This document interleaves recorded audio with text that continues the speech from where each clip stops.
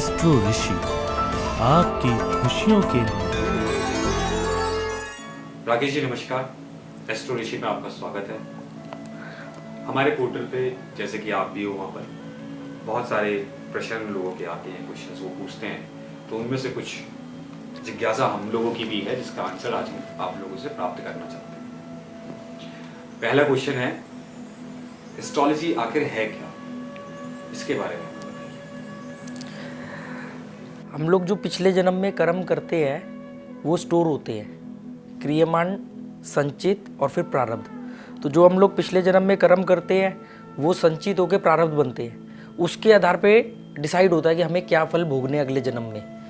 तो हर ये काम प्लैनेट का है, मतलब भगवान कह लो, एनर्जी कह लो, उन्होंने प्लैनेट को ये रोल दिया है कि भी इसको उसके पिछले कर्मों के हिसाब से फल मिलने हैं। तो जब बच्चा पैदा होता है तो वो प्लैनेट उसके कई बार शुभ पोजीशन पे होते हैं, कई बार अशुभ जगह पे होते हैं। वो डिसाइड होता है उसने क्या किया है। जैसे मुकेश अंबानी पैदा हुआ तो वो पैदा होते ही एक दिन में कैसे अरबपति बन गया, अभी तो कोई कर्म ही नहीं किया, तो वो प्रारब्ध है। तो यही एस्ट्रोलॉजी है। इसीलिए हमारे बड़े बुजुर्गों ने कहा हमेशा अच्छे कर्म करते रहो। ठीक है पंडित जी, पर आखिर मैं इस पर विश्वास करूं क्यों? मत करो। आपके विश्वास करने या ना करने से कोई फर्क थोड़ी पड़ने वाला है। आपने जो भोगना है वो तो भोगना ही है। आप वर्ल्ड के अंदर 78% अप्रोक्स पीपल जो है, जो लोग इसमें विश्वास करते हैं, पर मानते सिर्फ 40 से 50% है। जो कहते हैं ना कि हमें ये सब बेकार की चीज़ें लगती हैं, पंडितों ज्योतिषों ने पैसा कमाने के लिए बना दिया है, वो लोगों को भी जब अपॉर्चुनिटी मिलती है तो वो भी कहते हैं कि हमारी कुंडली देखो या हमारा हाथ देखो या हमें बताओ। चाहे वो टेस्ट करने के नाम पे बोलते हैं, पर जिज्ञासा उनके अंदर भी होती है। 20-22% होते जिनका प्रारब्ध इतना ही खराब है, जो ना भगवान को मानते ना ज्योतिष को मानते हैं, पर उससे उनके भोगने वाले फलों में कोई फर्क नहीं पड़ने वाला। अच्छा, अगर जो मेरे साथ में होना है वो होना ही है, तो फिर एस्ट्रोलॉजी भी मेरे लिए क्या कर देगी? एस्ट्रोलॉजी या एस्ट्रोलॉजर तो एक जरिया है जिसने एक एजुकेशन हासिल करी है, अपनी पढ़ाई करी है, साइंटिफिक रीज़न, टोटल ये साइंस है। उसने ये पढ़ा कि जब बच्चा पैदा हुआ तो ये प्लैनेट किस पर्टिकुलर डिग्री पे था, इसको क्या फल देगा, ये उस हिसाब से चलता है। उसने जो भोगना है उसमें कोई भी आदमी बदल नहीं सकता। वो तो भगवान बन गए ना कि आपने एक्शन का रिएक्शन ही बदल दिया। सिर्फ आप इतना कर सकते हो कि बाहर बारिश होने वाली है, आपको पहले मालूम पड़ गया तो आप छाता लेके निकलोगे।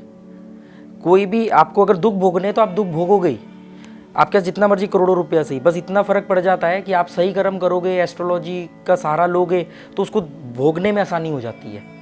और अगर आप अपोजिट कर्म करोगे तो आपको और ज़्यादा बढ़ जाएगा, मतलब दुख और बढ़ जाएगा और सुख घट जाएगा अगर आप गलत कर्म करोगे। तो एस्ट्रोलॉजर सिर्फ ये गाइड कर देगा कि इसको अपनी काबिलियत मत समझो, ये दशाओं का खेल है, जब दशा पलटेगी तो सारी काबिलियत साइड में रह जाएगी, आपको फिर बुरा टाइम आएगा। तो वो पहले समझ जाता है आदमी, तो वो सही काम करता है।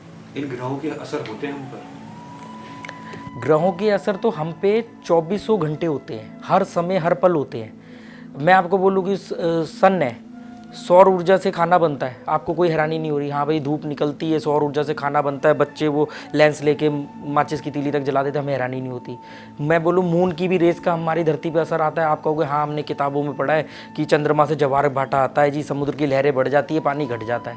पर मैं आपको बोलूँ मंगल, बुध, गुरु, शुक्र, शनि का भी असर होता है, तो आप कहोगे नहीं, क्योंकि आप उसकी रेस का ना तो कोई कलर है ना आप उसको देख पाते हो, पर हम भोग रहे होते हैं। तो ग्रहों के तो हमारे ऊपर हमेशा असर होते हैं। 7 ग्रह होते हैं, 2 शैडो प्लैनेट है, राहु केतु, इनके 9 ग्रहों के हम पे हमेशा असर हो रहे होते हैं। हमारे मानने ना मानने से कोई फर्क नहीं पड़ने वाला।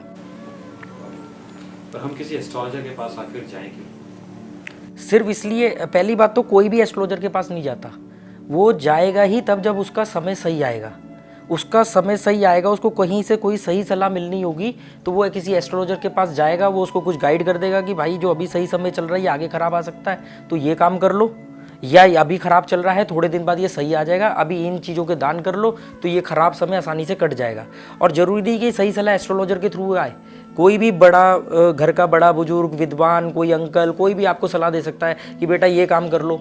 मतलब आपका समय जब सुधरना होगा तो आपके पास सही सलाह आएगी, वो जरिया कई एस्ट्रोलॉजर बन जाता है। कई बार वो कोई भी सलाह दे सकता है, और एस्ट्रोलॉजर के पास जाने ना जाने से मतलब आपका सही समय ही आपको एस्ट्रोलॉजर के पास लेके जाएगा, और सबसे खराब समय भी एस्ट्रोलॉजर के पास लेके जाएगा।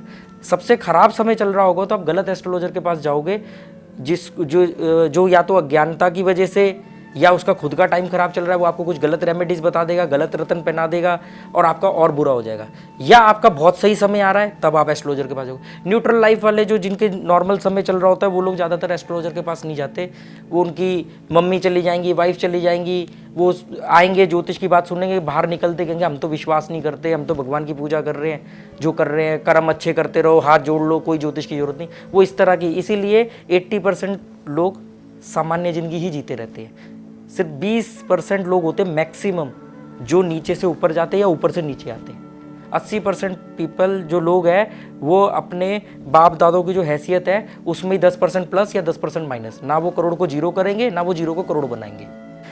तो आप ये कहना चाहते हो कि अगर हम एस्ट्रोलॉजी में बिलीव करते हैं, एस्ट्रोलॉजर से कंसल्ट करते हैं, तो हम अपने जीवन की रूपरेखा को समझ सकते हैं और उसको अपने नियंत्रण में लेके आगे बढ़ सकते हैं। एस्ट्रो ऋषि आपकी खुशियों के लिए।